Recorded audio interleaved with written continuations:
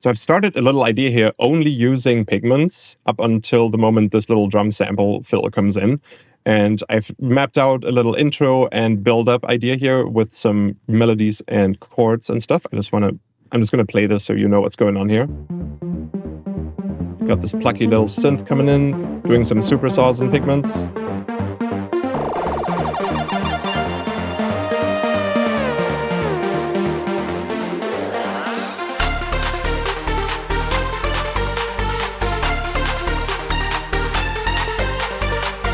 That's kind of the basic idea, and I've already tried to add some ear candy here in the intro. If you know my stuff, you might know that I like granular stuff and granular pads, so I've made a little one over here for the intro that just slowly rises in the background. I picked some bell samples from the stock content of Pigments and just had a bandpass filter open up ever so slowly. Oh yeah, and here I've already used one of the random modulators because I wanted to kind of have a random chance of the samples for the granular oscillator to be up an octave or down an octave. So this thing's running really fast, and then there's sometimes a chance that it might actually also hit the fifth in the middle here. I'm using the coarse mod quantize. So it's mostly just playing the grains in the original key and an octave up, and sometimes the fifth in between, which adds like a nice little harmonic addition into that. And then this one also uses the pitch quantization, where I just got a saw wave, or it goes from a triangle to a saw wave. I'm just using this function generator. It's just a downwards line to move a couple of things. If I click on here, you can see this is going places. This is going many places. So that's modulating the wavetable position. It's modulating this low pass to open up. It's modulating the resonance of this comp filter to come in. It's modulating LFO1 to become slower over time, which is controlling the coarse pitch up here, which is quantized to like a nice little chord. Kind of creating this chiptuney arpeggio. And then the comp filter's resonance coming in at the end kind of just brings in this note on top of everything. So it's like it transforms from this bubbly sound into like a nice tonal pad once it fades out. And then for this moment, I wanted to make a little riser/transition effect. And so for weird and atonal stuff like that, I like using the harmonic oscillator and then using the clusters so it'll like scrunch together the sine waves in a weird way. And again, there's like this function guy over here moving a lot of things. Oh, in this case, that guy's just doing the volume, but there's a bandpass happening as well, where some white noise from the utility engine just goes through the bandpass, the harmonic oscillator goes through the first filter, and then everything together goes into some delay and reverb in the effects. I also tried to make some drums really quickly, so I made a clap where I cheated a little bit. I layered a sample from the library with some white noise. So this is like a clap sample from the sample library that I pitched up, and then there's some white noise that gets this curve on its volume as modulation and runs through this high-pass filter over here with the resonance really high up around 1,000 kilohertz for that sound of a clap. Yeah, the white noise is doing most of the job. And the kick drum that comes in here is just a sine wave with, again, functions generator here, super useful for like a very specific curve to create a really sharp click attack here, and then this downwards curve on the pitch for of the kick drum.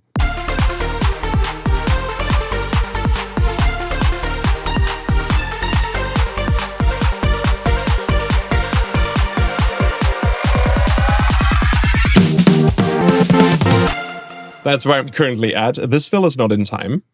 That needs to be warped. And I feel like in this section now, it kind of needs some riser in the background. I have some of my effect racks on the bass and on the synths here so that they start washing out over time slowly. But I feel like we need a little bit of a like lifter in the background. So maybe we can make one from scratch real quick, of course, using Pigments. So I'll just put down a really long MIDI note, and in Pigments under play over here for the pitch bend, there's this little edit button, bend up. Oh, you can go up to 36, nice. That might be too much, maybe 24, maybe 2 octaves is enough. And then let's automate the pitch bend going up, just over that whole note from start to finish.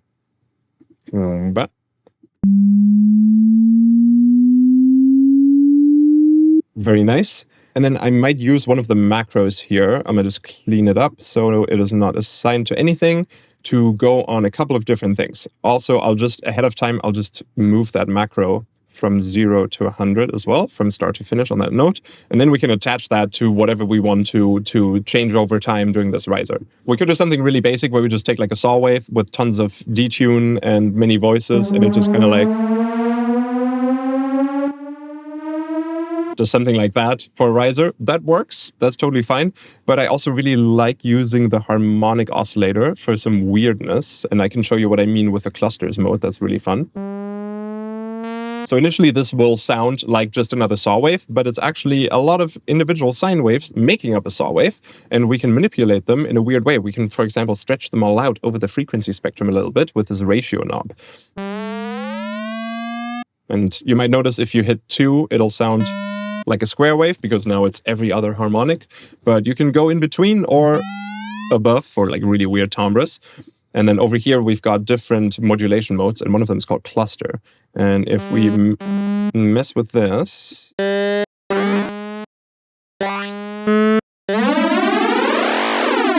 you see what's happening. It's kind of bundling up all these partials into a bunch of different clusters, and then this is sort of how densely packed they are.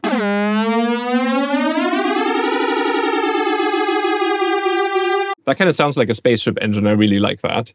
And that might be really useful for a riser. So we could maybe modulate the density here with that same macro that I just set up. It's a bit loud.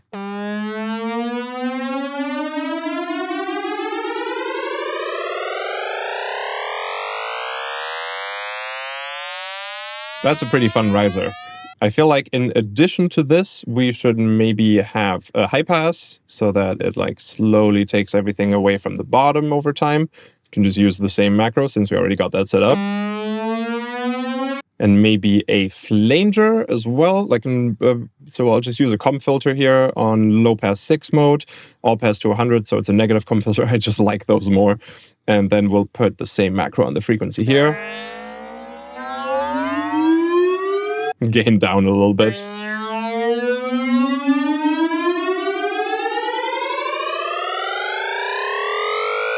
And now we can just make this sound a little nicer with some delay and reverb as well. Those could also come in a little more over time. Maybe it starts with a little bit of ping pong delay that's very stereo wide on my favorite setting, which is dotted 8th notes.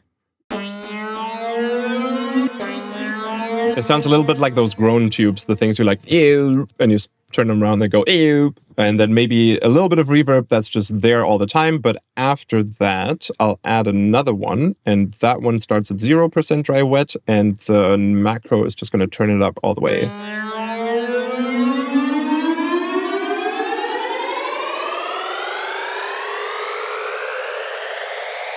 That's a really nice riser. I like that. I'm going to bounce that out and put that into my personal library too.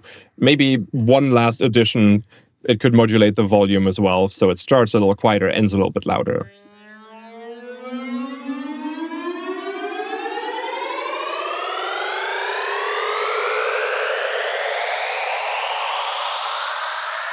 Perfect. Last but not least, if you wanted to have it go all the way to silence at the end, I like to do this a lot, I would just use the amp envelope, because in this case, the amplitude envelope is just on and then off again if I let go of the key, to, for example, modulate the delay dry wet and this reverb's dry wet to bring you up to where you were. And then for the last one, this can just auxiliary modulate. If I like drag it over here, you see this little circle below the modulation I've already assigned from the macro. And now still sounds like it does before. But once it's over, silence. Beautiful. So then I don't need to do any automation here in my DAW, which I try to prevent whenever I can. Let's see what this sounds like in context.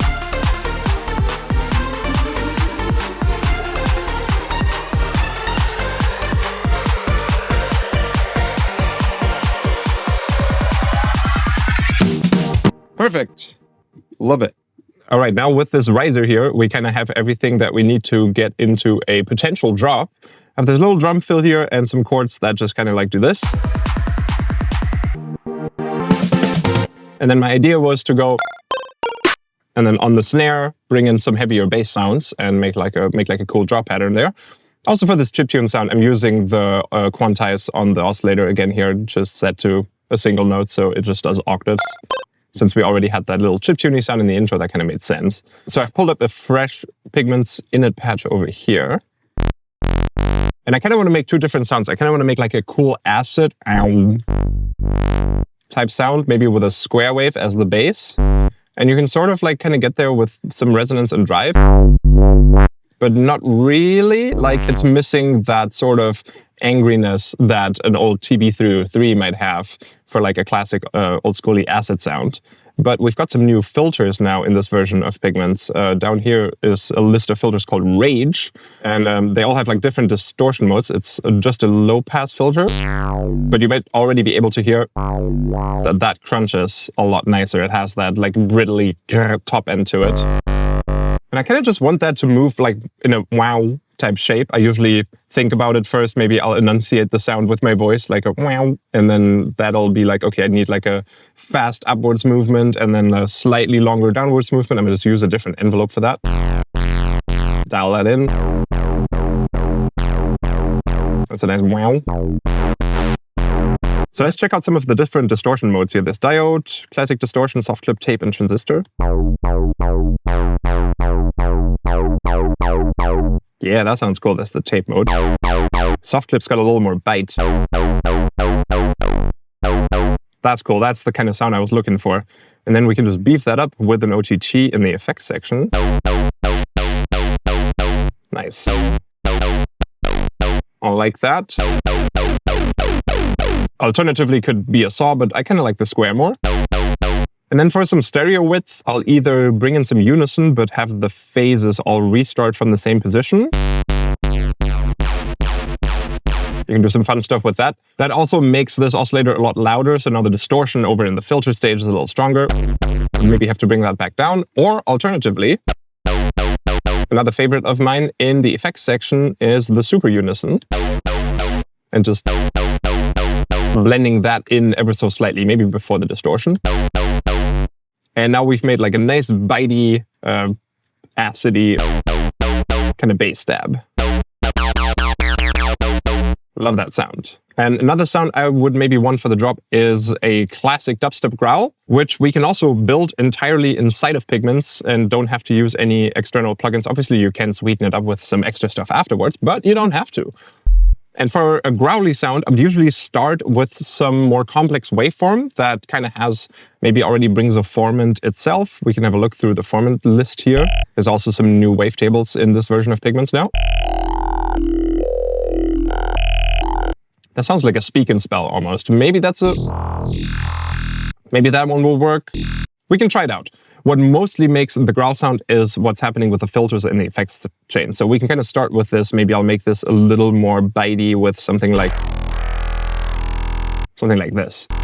And then we grab a bandpass filter that is very tight, the 36 pole.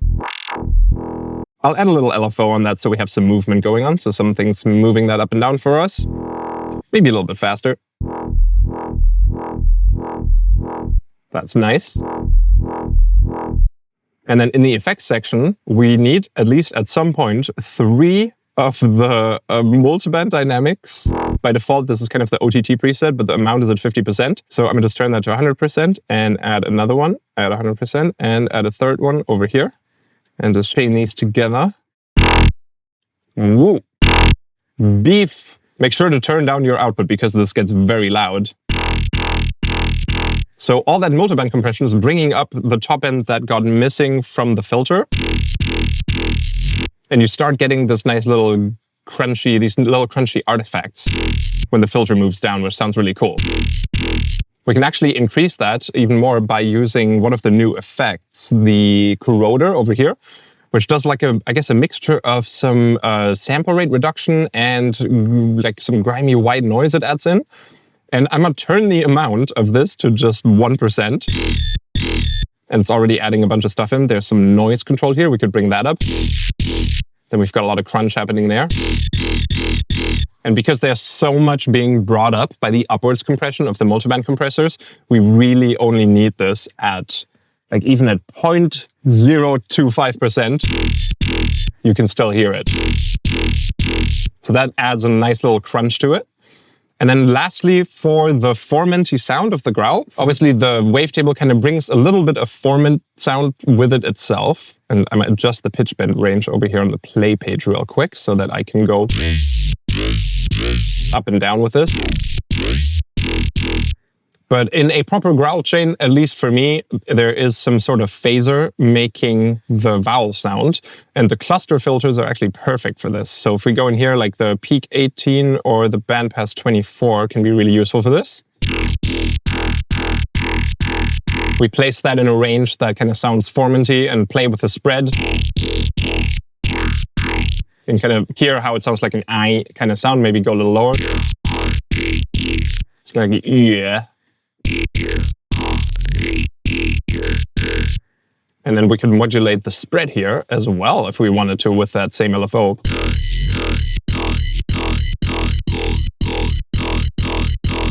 Maybe add some more peaks.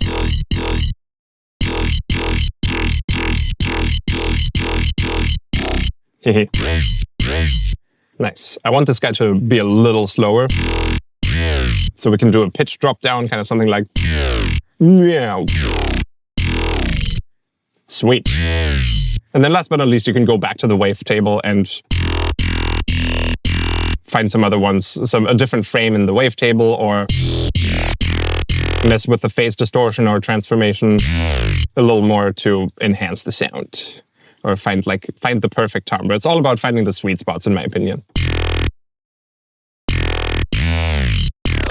I'll add a little EQ at the end here too, to get rid of a little bit of the mud. Maybe bring up the high end.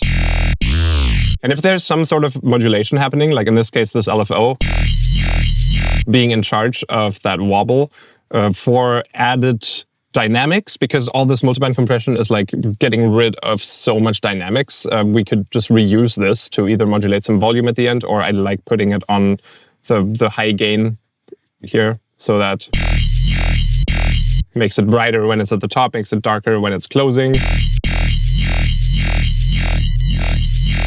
And then at the end of this, you kind of end up with one LFO modulating 10, 20 different destinations, and it can get pretty crazy. Cool, and now we've got two pretty aggressive bass patches that we can start building a drop with. All right, so I've arranged a little drop using those two sounds, and then I've added in a little. So right now it sounds like this.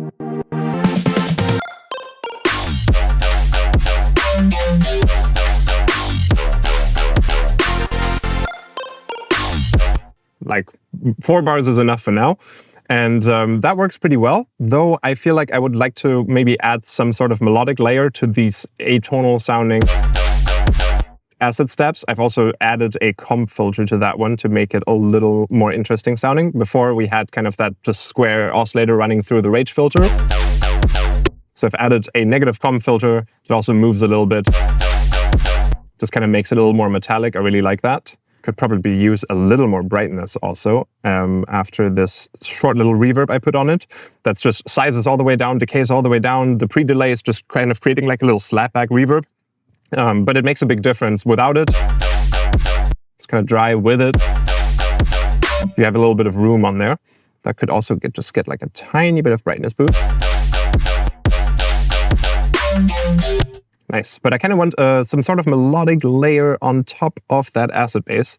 So I'm going to pull up one more pigments and make use of the pitch quantization over here again, because I think that could sound quite cool if we had something like that happening there. So this is in G minor, so I'm just going to play a G whenever those notes are playing. Actually, we could probably just copy the MIDI over. Just got to pitch it up a little bit. That sounds like a dial tone. Fun. And then let me solo that for now. And to stay in that chiptune realm, that little effect from the intro kind of just brought me into here. I'm just going to try and put an... Are we going to use an ARP? Or I might just use the function thing down here and just create a linear downwards line that we can mess with later, set you to 1 shot, and move you to modulate the chorus pitch over here. And then let's set the chord here, sort of the scale to, I kind of want like, na, na, na, na, na, na. So just the 7th, the 5th. Oop, that's a bit high. That goes into the right direction. It's just too slow. That goes into the right direction. There we go. Maybe just a little slower. At this point, I might not even have this function thingy synced. I just have it on like a free speed. This could also control the volume a little bit of that oscillator. So it's more like a little shot like that. Maybe not all the way down. Could bring in some unison. That's kind of nice.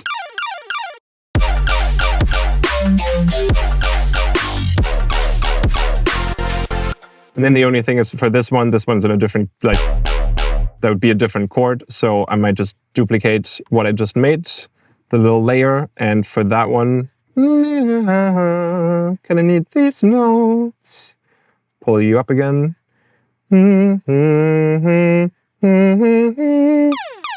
Nice, that should take care of that. Sweet. Beautiful, now we've got a nice little melodic layer on top of that detuned bass sound. Could probably even mess with this a little more if we wanted to. Like this could also get that little slapback reverb that I really like. Size down, decay down, pre-delay up. It's almost like a like an 8th note echo. That feels good.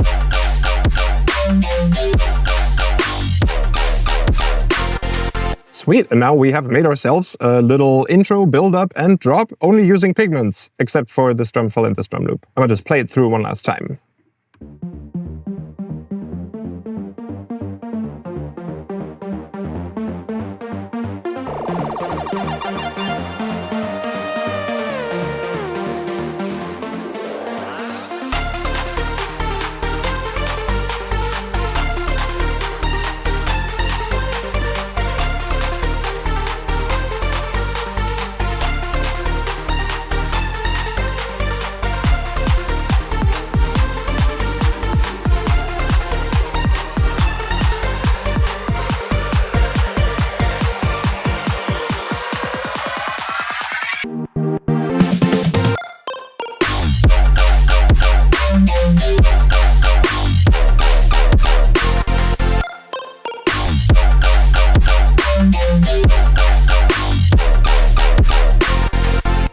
Looped that just in time. Beautiful.